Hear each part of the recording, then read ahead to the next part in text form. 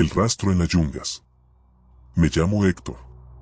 Tengo 47 años y manejo camión de carga desde los 22.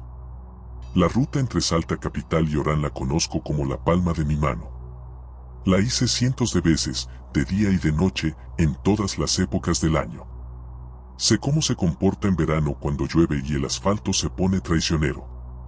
Sé cómo suena el monte a los costados cuando el viento baja de la montaña. Sé cuando hay peligro y cuando no. Lo que encontré esa madrugada no entraba en ninguna categoría que yo conociera. Fue en marzo, hace 3 años. Marzo en las yungas salteñas es jungla pura. El calor y la humedad se juntan de una manera que agota incluso sin hacer nada, y las lluvias de ese mes son de las más pesadas del año. Los cerros absorben agua hasta que no pueden más y después la largan de golpe, y cuando eso pasa en las partes altas de la ruta, los aludes son moneda corriente. Salí de Salta cerca de la medianoche. Prefiero manejar de noche en verano porque el tráfico es menor y el calor afloja un poco. Llevaba carga para un depósito en Orán y el objetivo era llegar antes del mediodía para descargar y volver a dormir. Todo fue normal hasta que me acerqué a la zona de curvas pronunciadas que hay pasando Pichanal, donde la ruta sube y el monte se cierra a los dos lados con una densidad que de noche se siente casi opresiva.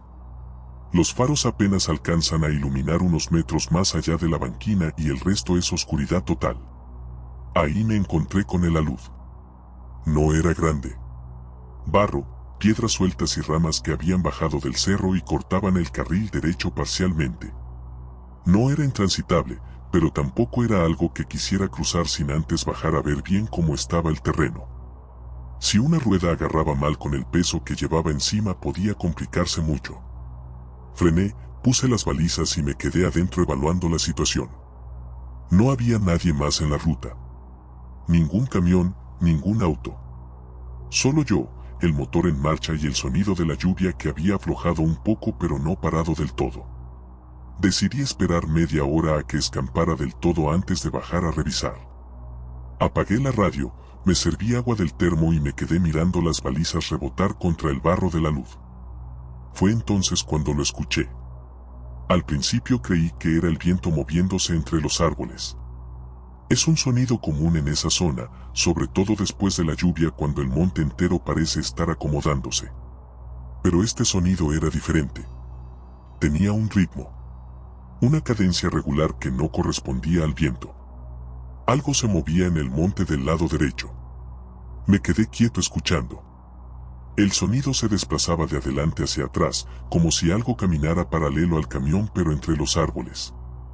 Pesado. Los pasos se escuchaban amortiguados por la vegetación pero con una consistencia que indicaba algo de tamaño considerable. Pensé en un tapir. En la zona los hay, y de noche se mueven bastante. Pero los tapires que yo había escuchado antes no suenan así. Son más irregulares, más nerviosos. Esto era otra cosa. El sonido continuó unos minutos y después se detuvo. Silencio. Media hora después había escampado lo suficiente. Me puse el equipo de lluvia, agarré la linterna y bajé a revisar el alud. El barro estaba blando pero firme debajo. Calculé que con cuidado podía cruzar sin problemas. Caminé el tramo 2 veces para asegurarme, iluminé bien los bordes y decidí que sí, que se podía pasar. Fue cuando volví hacia el camión que los vi. Estaban en la banquina del lado derecho, donde el asfalto termina y empieza la tierra antes del monte. El barro estaba perfecto para registrar cualquier huella, blando y húmedo de la lluvia reciente. Eran huellas. Grandes, muy grandes, con una forma que me hizo agacharme de inmediato a iluminarlas mejor. No eran de ningún animal que yo conociera. Tenían una forma vagamente humana en el sentido de que eran plantadas, no de garra ni de pezuña. Pero eran demasiado grandes para cualquier humano. Calculé a ojo más de 40 centímetros de largo. Y los dedos, si es que eran dedos, se marcaban en el barro de una manera que no cerraba con ninguna anatomía que yo pudiera identificar. Demasiado largos, demasiado separados entre sí. Seguí las huellas con la linterna. Venían desde el monte. Llegaban hasta la banquina, rodeaban el camión por el lado del copiloto, pasaban por delante, rodeaban por el lado del conductor y volvían al monte. Lo habían rodeado completo. Me quedé parado ahí un momento que no sé cuánto duró. Estaba procesando lo que estaba viendo y lo que implicaba. Algo había salido del monte mientras yo estaba adentro del camión esperando. Había caminado alrededor del vehículo, lo había inspeccionado de alguna manera y había vuelto al monte. Y yo no había visto nada porque estaba mirando hacia adelante, hacia el alud, sin pensar en ningún momento en mirar hacia los costados. Iluminé el monte en la dirección donde las huellas se perdían entre los árboles. No había nada visible. Solo la vegetación densa y la oscuridad detrás. Pero tuve una sensación muy clara, de esas que no se explican pero que tampoco se ignoran, de que había algo ahí adentro que me estaba mirando. No esperé más. Subí al camión, arranqué y crucé el alud despacio y con cuidado, como había planeado. Pero en cuanto tuve la ruta libre aceleré más de lo que debería y no bajé la velocidad hasta que las luces de Orán aparecieron en el horizonte. En el depósito, mientras esperaba para descargar, le mencioné lo que había encontrado a un empleado que es de la zona y que conoce esa ruta desde chico. Le describí las huellas sin decirle qué pensaba yo que eran. Me preguntó en qué parte exacta de la ruta había sido. Se lo dije. Asintió despacio, como quien recibe una confirmación de algo que ya sabía. Me contó que en esa zona de las yungas, entre los cerros que bajan hacia el río Bermejo, hay avistajes que los pobladores más viejos conocen de toda la vida. Que los llaman ucumar. Que los describen siempre igual, grande, oscuro, que camina erguido y que tiene una curiosidad particular por los humanos aunque rara vez los ataca si no se los provoca. Le pregunté si él lo había visto alguna vez. Me dijo que no, que era de los que preferían no tener que responder esa pregunta. Sigo haciendo esa ruta. No tengo forma de evitarla, es mi trabajo. Pero desde esa noche, cuando me toca esperar en ese tramo por cualquier motivo, no apago la radio, no apago los faros y no dejo de mirar los costados. Y si escucho algo moviéndose en el monte con ese ritmo regular y pesado, no bajo a verificar. Lo que sea que estuvo esa noche caminando alrededor de mi camión, tuvo la oportunidad de hacer lo que quisiera y eligió no hacer nada. No pienso darle una segunda oportunidad de reconsiderar. Lo que vio el vaqueano. Me llamo Aurelio. Tengo 54 años y soy guía de naturaleza en el Parque Nacional Calilegua, en Jujuy, desde hace más de 20. Antes de eso trabajé como vaqueano en la zona durante casi una década, acompañando grupos de cazadores, investigadores, fotógrafos de fauna. Conozco esa selva como pocos. Sé leer el monte, sé interpretar sus sonidos, sé distinguir el rastro de un puma del de un zorro de monte sin necesidad de pensarlo demasiado. Cuento todo esto porque lo que voy a relatar viene de alguien que no se confunde fácil. Y esa noche no me confundí. Fue en agosto de hace 4 años. Agosto en Calilegua es época seca, que para el avistaje nocturno es ideal. Sin lluvia el monte se aquieta de una manera particular y los animales se mueven con más confianza. Los senderos están firmes, el aire es frío y limpio, y con buena luna se puede caminar sin linterna en los tramos abiertos. Tenía un grupo de 6 personas, todos de Buenos Aires, todos con experiencia en senderismo aunque ninguno había estado antes en selva jujeña. Biólogos, fotógrafos de naturaleza, ese tipo de perfil. Gente que sabe comportarse en el monte, que no habla fuerte ni enciende luces de más. Un grupo ideal para una salida nocturna. El recorrido que hago de noche en Calilegua dura aproximadamente 4 horas. Entramos por el sendero principal, subimos hasta un mirador natural que tengo identificado donde suele haber actividad de fauna y volvemos por una variante que bordea un arroyo. Es un recorrido que hice decenas de veces. Esa noche, en el tramo de bajada, pasó lo que pasó. Íbamos en fila india como siempre, yo adelante marcando el paso. El grupo venía callado y atento, que es lo que les pido. Habíamos visto un par de zorros, un puercoespín que se quedó quieto dejándose fotografiar y en el mirador una familia de pecaríes cruzando el claro. Una buena noche, sin dudas. En el tramo de bajada el sendero se estrecha y el monte se cierra a los costados. Los árboles son más altos ahí y el dosel tapa casi toda la luna, así que se camina más con linterna. Yo siempre apago la mía en los tramos donde hay suficiente luz natural para acostumbrar los ojos, pero en esa parte la prendía. Fue en ese tramo donde lo vi. Primero lo detecté de manera periférica, como suele pasar con las cosas que están quietas entre los árboles. El ojo capta el volumen antes de que el cerebro lo procese. Vi una masa oscura entre los troncos, a unos 30 metros del sendero, y mi primer pensamiento completamente automático fue que era uno del grupo que se había adelantado o salido del sendero. Levanté la linterna y lo iluminé. Tardé un segundo en entender lo que estaba viendo. Era una figura erguida. Claramente bípeda, claramente erguida, con los brazos a los costados del cuerpo. Pero era demasiado grande. No como un hombre alto, sino grande en otro sentido, con un volumen y una anchura de hombros que no correspondían a ningún humano. Y estaba cubierta de algo oscuro, pelo o sombra, no pude determinarlo con certeza, que hacía que los bordes de la figura se difuminaran levemente contra los árboles detrás. Me detuve. El grupo se detuvo detrás de mí sin saber por qué. La figura no reaccionó a la luz de la linterna. No se movió, no giró la cabeza, no hizo ningún gesto de sorpresa. Solo estaba ahí, parada entre los árboles, con una quietud que en ese momento me resultó más perturbadora que cualquier movimiento brusco hubiera sido. Bajé la linterna un momento y miré hacia atrás para contar al grupo. Los 6 estaban ahí, juntos, mirándome sin entender qué pasaba. Volví a iluminar el punto entre los árboles. Seguía ahí.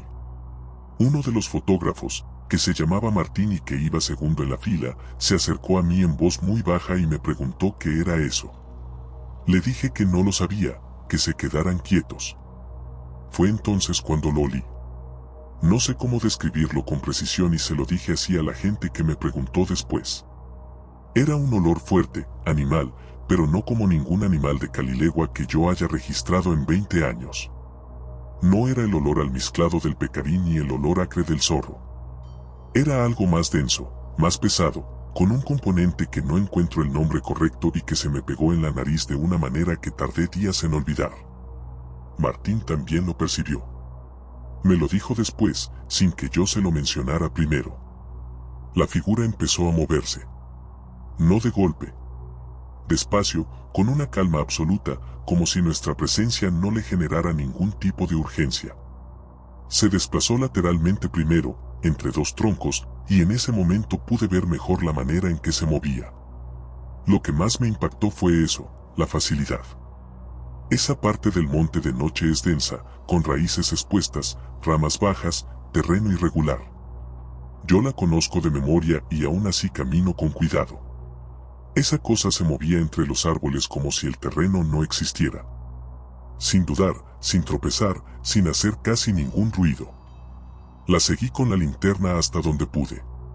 En un momento se internó detrás de un grupo de árboles más cerrado y la perdí de vista. Esperé. Iluminé el área en distintas direcciones. No volvió a aparecer. Terminamos el recorrido en silencio casi total. El grupo estaba procesando lo que había visto y yo también. Cuando llegamos a la entrada del parque y nos sentamos un momento antes de volver al alojamiento, Martín fue el primero en hablar. Me preguntó directamente qué había sido eso. Le dije lo que pensaba, sin rodeos. Que no sabía qué era, que en 20 años en ese monte no había visto nada igual, y que las 2 cosas que más me habían llamado la atención eran el tamaño y la manera en que se movía en la oscuridad. Uno de los otros, que era biólogo de profesión, ofreció algunas explicaciones. Un oso melero visto de mala manera. Un efecto de la linterna distorsionando el tamaño real. Las descartamos entre todos porque ninguna cerraba con lo que habíamos visto. Días después le conté lo ocurrido a un hombre mayor que vive en un paraje cerca del límite del parque y que conoce esas serranías desde que nació. Le describí la figura, el movimiento, el olor. Escuchó todo sin interrumpirme. Cuando terminé me preguntó en qué parte exacta del sendero había sido. Se lo dije. Asintió como si eso tuviera sentido para él. Me dijo que en esa zona del parque, en el sector que sube hacia los cerros más altos, hay registros de avistajes desde hace generaciones. Que los más viejos de la zona lo llaman Ucumar. Que aparece y desaparece sin que nadie entienda bien sus patrones. Y que el olor, eso me lo dijo con una certeza que me llamó la atención, es siempre lo primero que recuerda a la gente que lo vio de cerca. Sigo guiando grupos en Calilegua. Es mi trabajo y mi vida, no voy a dejarlo por esto. Pero cuando paso por ese tramo del sendero de noche, que es cada vez que hago el recorrido, siempre ilumino ese punto entre los árboles donde lo vi. Hasta ahora no volví a ver nada. No sé si eso me tranquiliza o no. Lo que sí sé es que esa noche vi algo que no debería existir según todo lo que aprendí en 20 años en el monte. Y que se quedó parado ahí, mirándome, sin ningún apuro, como si el encuentro fuera algo completamente normal para él. Como si ya nos hubiera visto antes. Si sentiste algo con la historia anterior, espera a escuchar la que viene. Si esto te está atrapando, puedes dejar tu like y suscribirte. El grito que bajó de la montaña. Mi nombre es Rodrigo. Tengo 38 años y soy la cuarta generación de mi familia en una finca que tenemos en las afueras de Tafí del Valle, en Tucumán. No es una propiedad grande ni chica. Es lo suficiente para trabajar entre los que vivimos ahí, que somos mis padres, mi hermano menor y yo. Mi hermano tiene 34 y los dos crecimos en ese campo, conocemos cada cerro, cada arroyo, cada animal que habita la zona. Lo que empezó a bajar de la montaña hace 2 años no lo conocíamos. Tafí del Valle está en el corazón de los valles calchaquíes, rodeada de cerros que superan los 3000 metros. La finca nuestra está en el límite donde el valle termina y el cerro empieza a empinarse en serio. Detrás de la casa hay una ladera que sube durante varios kilómetros hasta perderse en la parte alta donde ya no hay camino ni sendero marcado.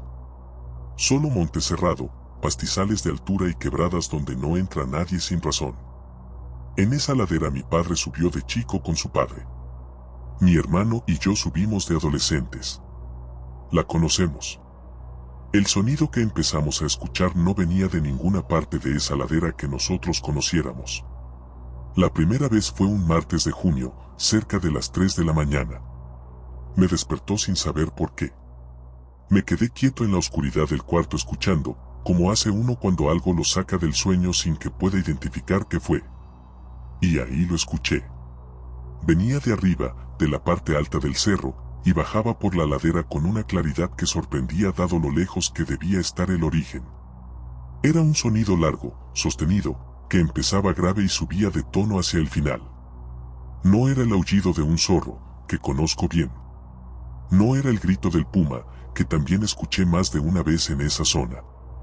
Era algo entre las dos cosas pero sin ser ninguna.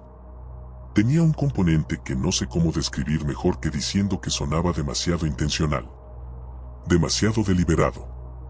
Duró unos 8 o 10 segundos y después paró. Me quedé escuchando un rato más pero no volvió. Pensé que había sido un animal que no había identificado bien desde el sueño y me volví a dormir. A la mañana siguiente en el desayuno mi madre preguntó si alguien había escuchado algo raro de madrugada. Los 4 lo habíamos escuchado. Mi padre dijo que era algún animal del cerro, que a veces bajan cosas que uno no ve seguido. Mi hermano no dijo nada pero yo lo vi intercambiar una mirada con mi madre que no me gustó. 3 noches después volvió a pasar. Misma hora, mismo sonido, mismo origen en la parte alta de la ladera. Esa noche los perros no durmieron afuera. Tenemos 3 perros en la finca. Perros de campo, acostumbrados al cerro, que duermen afuera en cualquier condición y que no se inmutan con los sonidos normales de la noche. Esa segunda vez los 3 entraron solos antes de que el sonido empezara, como si lo hubieran anticipado. Se metieron debajo de la mesa de la cocina y no salieron hasta la mañana. Eso fue lo que más nos inquietó a todos, aunque ninguno lo dijimos en ese momento. Durante las semanas siguientes el sonido volvió con una regularidad que dejaba de tener cualquier explicación simple. Siempre de madrugada, siempre desde la parte alta del cerro, siempre con esa misma calidad que no correspondía a nada que conociéramos. A veces venía una sola vez y paraba. Otras veces se repetía 2 o 3 veces con intervalos de varios minutos. Los perros aprendieron a anticiparlo antes de que nosotros pudiéramos escucharlo. Entraban solos y se acomodaban debajo de la mesa sin que nadie los llamara. A las 3 semanas mi hermano dijo lo que todos estábamos pensando. Dijo que había que subir a ver qué era. Mi padre no quería.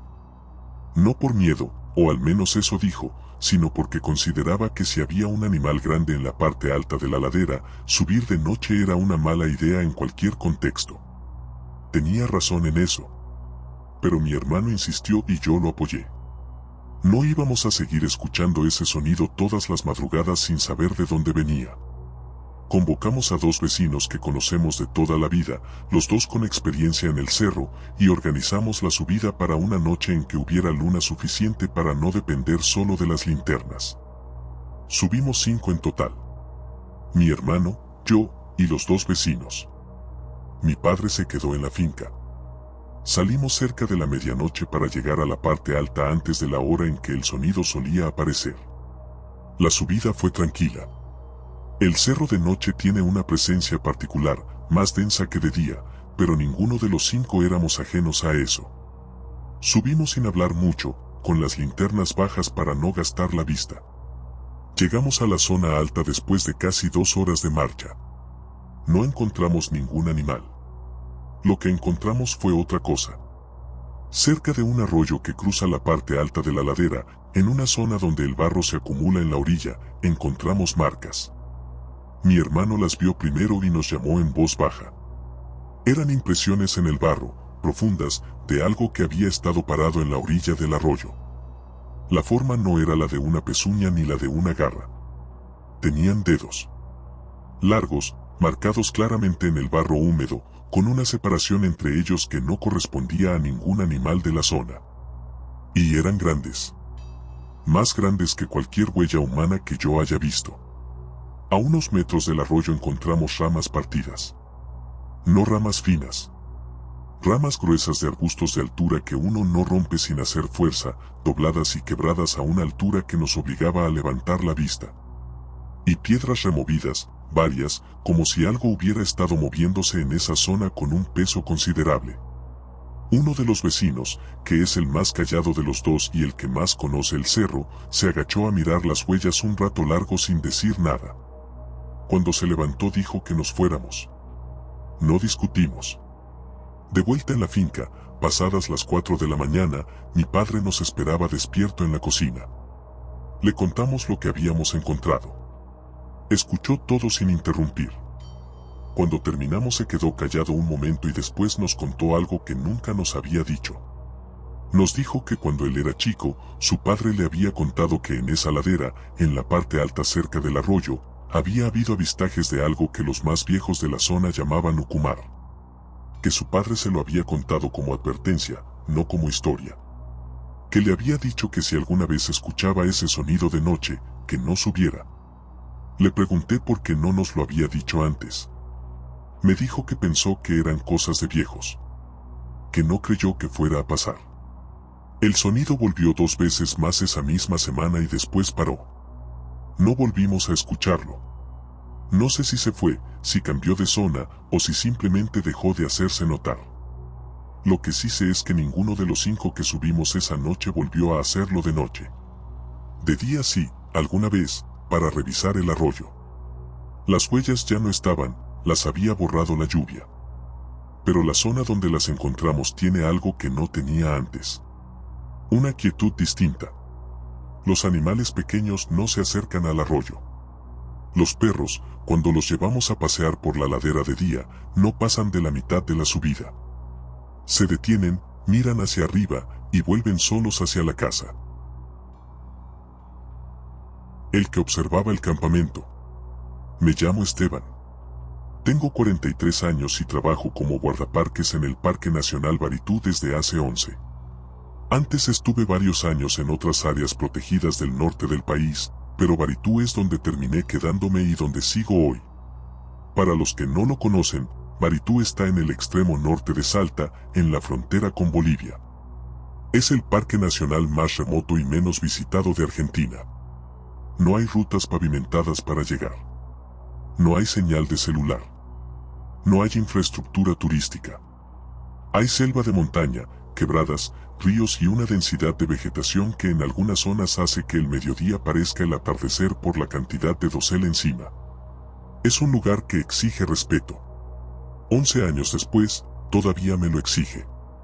Lo que voy a contar ocurrió hace 3 años, durante una recorrida de monitoreo de varios días en una zona del parque que está entre las menos exploradas incluso para nosotros. No es un sector que se visite seguido porque el acceso es difícil y requiere al menos 2 días de caminata desde el puesto más cercano. Se va cuando hay razones concretas para ir, relevamiento de fauna, control de límites, verificación de algún reporte. En este caso fui solo, algo que no es lo ideal pero que a veces ocurre por cuestiones de personal. Tenía experiencia suficiente y el protocolo cubierto. Llevaba radio, GPS, equipo completo para 5 días. La primera jornada y media fue completamente normal. Caminata, registro, armado del campamento en una zona plana cerca de un arroyo que conozco de recorridas anteriores. Todo dentro de lo esperado. La sensación empezó en la tarde del segundo día. No fue nada concreto al principio. Es difícil de explicar a alguien que no pasó tiempo solo en selva densa, pero hay una diferencia entre estar solo en un lugar y sentir que estás solo en un lugar. La selva siempre tiene presencia, siempre hay movimiento, siempre hay algo cerca aunque no lo veas. Eso es normal y uno aprende a convivir con eso. Esto era diferente. Era una atención dirigida. Como cuando alguien te mira la nuca en un lugar cerrado y lo sentís antes de darte vuelta. Esa tarde empecé a sentir eso cada vez que me alejaba del campamento para hacer registros. La sensación de que algo seguía mis movimientos desde adentro de la vegetación. Lo atribuye al cansancio y a la soledad. Son factores reales que afectan la percepción en campo. Me hice una nota mental de mencionarlo en el informe y seguí trabajando. Esa noche no dormí bien. El tercer día la sensación era más persistente. Ya no aparecía solo cuando me alejaba del campamento. Estaba también cuando estaba adentro de la carpa, cuando cocinaba, cuando escribía el registro. Una presencia constante que no se manifestaba en ningún sonido ni movimiento concreto que yo pudiera identificar. Los pájaros callaban en intervalos que no correspondían a ningún patrón que yo reconociera. Eso sí lo noté con claridad profesional, no como impresión sino como observación. En la selva los pájaros callan cuando algo los perturba. Y el silencio que se instalaba cada tanto esa tarde no tenía el origen que yo podía ver. Esa noche antes de meterme en la carpa revisé el perímetro del campamento con la linterna. No encontré nada fuera de lugar. A la mañana del cuarto día lo encontré. Salí de la carpa temprano, antes de que hubiera suficiente luz natural, y fui al arroyo a buscar agua. En el barro de la orilla, en una zona que yo había pisado la tarde anterior y que por lo tanto conocía el estado exacto en que estaba, había 2 huellas parciales. Me agaché a mirarlas con la linterna. Eran impresiones de algo que había estado parado en la orilla del arroyo, mirando hacia el campamento. Parciales porque solo habían quedado registradas las almohadillas delanteras, como si el peso se hubiera distribuido hacia adelante, hacia los dedos. Pero lo que se veía era suficiente para entender que eran grandes. Más grandes que cualquier huella humana. Y bípedas.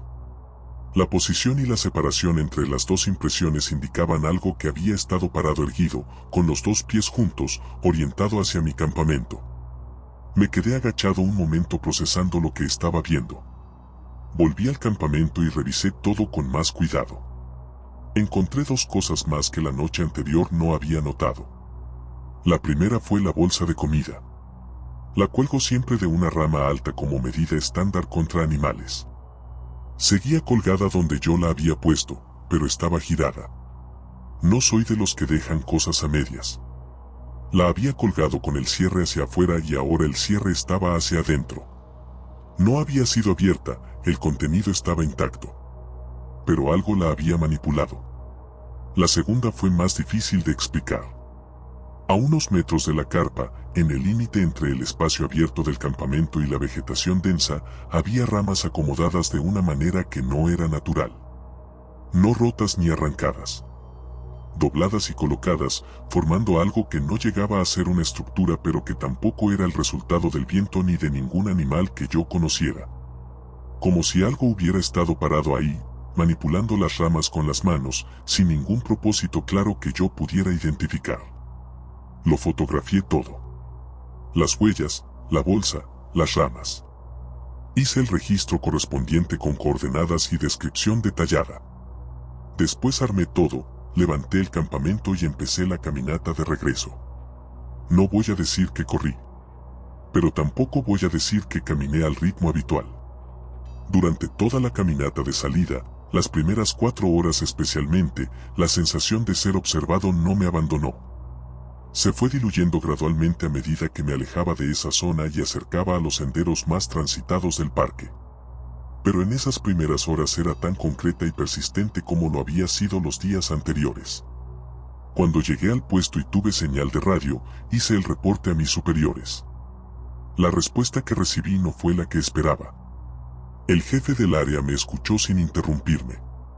Cuando terminé de describir las huellas, la bolsa manipulada y las ramas, hubo un silencio breve del otro lado de la radio. Después me dijo que documentara todo en el informe formal y que entregara las fotos. Le pregunté directamente si había otros reportes similares de esa zona. Me dijo que sí, que no era la primera vez que alguien reportaba anomalías en ese sector. Que había registros anteriores, algunos de varios años atrás, con descripciones parecidas. Huellas, presencia persistente, objetos del campamento manipulados sin ser dañados. Le pregunté qué conclusión habían sacado de esos reportes. Me dijo que ninguna oficial. Desde esa recorrida volví a esa zona del parque 2 veces, siempre acompañado y siempre con más equipamiento. No volví a encontrar huellas ni señales concretas de nada fuera de lo común. La sensación de ser observado tampoco volvió, o al menos no con esa intensidad. Pero hay algo que no puedo dejar de pensar cuando estoy en esa parte del parque. Baritú tiene sectores que prácticamente no han sido explorados de manera sistemática. Zonas donde el acceso es tan difícil que los relevamientos son escasos y poco frecuentes. Si algo habita esas quebradas y esa selva de altura con la suficiente inteligencia como para manipular objetos sin romperlos, para acomodar ramas, para acercarse a un campamento humano en silencio y retirarse sin dejar más rastro que 2 huellas parciales en el barro, entonces lleva haciéndolo mucho antes de que el parque existiera. Y lo seguirá haciendo mucho después de que yo deje de trabajar ahí. El testigo del río Pescado. Me llamo Osvaldo. Tengo 61 años y vivo en un paraje pequeño cerca del río Pescado, en el límite entre Salta y Jujuy, desde que nací. Pesqué ese río por primera vez a los 8 años con mi padre y no paré más. Lo conozco en todas sus formas. Sé cómo se comporta en la crecida de verano, sé dónde están los pozos más profundos, sé qué orilla tiene mejor pesca según la época y la hora del día. Lo que vi esa tarde no era parte de ese río que conozco. Era algo distinto. Algo que estaba ahí antes que yo y que va a seguir estando cuando yo ya no esté. Fue en mayo del año pasado, un jueves. Mayo en el río Pescado es uno de los mejores meses para pescar. Las aguas bajan después de las lluvias del verano, se aclaran y el dorado y el surubí se mueven con más actividad. Es la época en que más salgo. Llegué a la orilla cerca de las 4 de la tarde. Sé que es tarde para llegar, lo ideal es estar desde más temprano, pero ese día tuve cosas que resolver en el paraje y no pude salir antes. Me dije que igual valía la pena, que tenía al menos 2 horas de buena luz antes de que oscureciera y que con eso alcanzaba. El tramo donde paro habitualmente es uno que conozco bien. La orilla de mi lado es abierta, con un espacio plano donde acomodo el equipo con comodidad. Del otro lado el monte llega hasta el agua, tupido, con árboles altos que forman una pared verde que con el sol de la tarde se ilumina de una manera particular, dorada y densa al mismo tiempo. Empecé a preparar el equipo sin apuro. Armé la caña, preparé la carnada, acomodé la silla y el balde. Cosas de rutina, movimientos que hago sin pensar después de tantos años. Fue cuando levanté la vista para revisar cómo estaba la corriente que lo vi. Estaba en la orilla del otro lado, parcialmente entre los árboles, con una parte del cuerpo visible desde donde yo estaba. Mi primer pensamiento fue que era alguien del monte, algún poblador de los que a veces aparecen por esa zona. Pero en el segundo siguiente entendí que no. Era demasiado grande. No alto solamente. Grande en todo sentido, con un volumen y una anchura que no correspondían a ningún hombre. La figura estaba erguida, completamente quieta, con lo que yo interpretaba como la cabeza orientada en mi dirección. La luz del atardecer le pegaba de costado y eso me permitía ver con una claridad que en otras condiciones no hubiera tenido. Era oscura, cubierta de algo que no era ropa. Y me estaba mirando. Me quedé quieto. No fue una decisión pensada. Fue una respuesta automática, de esas que el cuerpo toma antes de que el cerebro tenga tiempo de opinar. Me quedé exactamente como estaba, con la caña a medio armar en las manos, sin moverme. La figura tampoco se movió. Nos miramos así durante un tiempo que no supe medir bien. Podían ser 3 minutos o podían ser 10. El río sonaba igual que siempre. Los pájaros de la orilla seguían en lo suyo. El mundo continuaba como si lo que estaba pasando entre esa figura y yo fuera algo completamente ordinario. Pero no lo era. Había una intensidad en ese momento que no sé describir de otra manera. No era la intensidad del peligro, aunque el peligro no estaba descartado. Era otra cosa. Era la sensación de estar siendo visto de verdad, completamente, por algo que entendía exactamente lo que estaba mirando. Pensé en el teléfono. Lo tenía en el bolsillo y lo primero que se me cruzó fue sacar una foto, tener algún registro de lo que estaba viendo. No lo hice. No sé explicar bien por qué. No fue miedo exactamente. Fue más bien una especie de certeza de que no debía hacerlo. Que sacar el teléfono iba a romper algo en ese momento de una manera que no convenía. Así que me quedé quieto. Y la figura se quedó quieta también. Cuando finalmente se movió, lo hizo despacio. Giró, no de golpe sino con calma, como alguien que termina de hacer lo que vino a hacer y da por concluido el asunto. Y se internó en el monte. Lo que más me quedó de ese momento fue cómo se movió entre los árboles. La orilla del otro lado tiene una vegetación que yo conozco bien de verla desde mi lado durante años. Es densa, con raíces expuestas, con troncos caídos y ramas bajas. Entrar en ese monte sin abrirse paso con algo es difícil incluso de día. Esa figura entró como si no hubiera nada en el camino. Sin dudar, sin ralentizar el paso, sin hacer prácticamente ningún ruido que llegara hasta donde yo estaba. En segundos desapareció entre los árboles y el monte volvió a ser el monte cerrado de siempre, como si nada hubiera estado parado ahí. Me senté en la silla porque las piernas no me daban para seguir de pie. No pesqué esa tarde. Estuve sentado un rato mirando la orilla del otro lado sin poder ordenar lo que acababa de ver. Después levanté todo y me volví al paraje antes de que oscureciera, algo que no hago casi nunca porque siempre aprovecho hasta la última luz. Esa vez no quise quedarme. En el paraje esa noche me crucé con don Sixto, un hombre de más de 70 años que vive a pocas cuadras de mi casa y que es de las personas que más saben de esa zona. Lo conozco de toda la vida. Le conté lo que había visto sin adornarlo, tal como había pasado. Me escuchó sin interrumpirme. Cuando terminé me preguntó en qué tramo exacto del río había sido. Se lo dije. Asintió despacio. Me dijo que en esa orilla hay avistajes desde hace décadas. Que él mismo había escuchado testimonios de su padre y de su abuelo que describían lo mismo que yo le estaba contando. Una figura grande, erguida, quieta en la orilla del otro lado, mirando. Siempre al atardecer, siempre sola, siempre del mismo lado del río. Le pregunté qué era. Me dijo que los más viejos de la zona lo llaman Ucumar. Que nadie sabe bien qué es ni de dónde viene. Que aparece y desaparece sin que haya forma de predecirlo. Que en todos los años de avistajes que él conocía, nunca había cruzado el río. Le pregunté si creía que era peligroso. Se quedó callado un momento antes de responder. Me dijo que no lo sabía con certeza. Que lo que sí sabía era que los que conocen esa orilla no pescan solos en ese tramo después de las 5 de la tarde. Le pregunté por qué.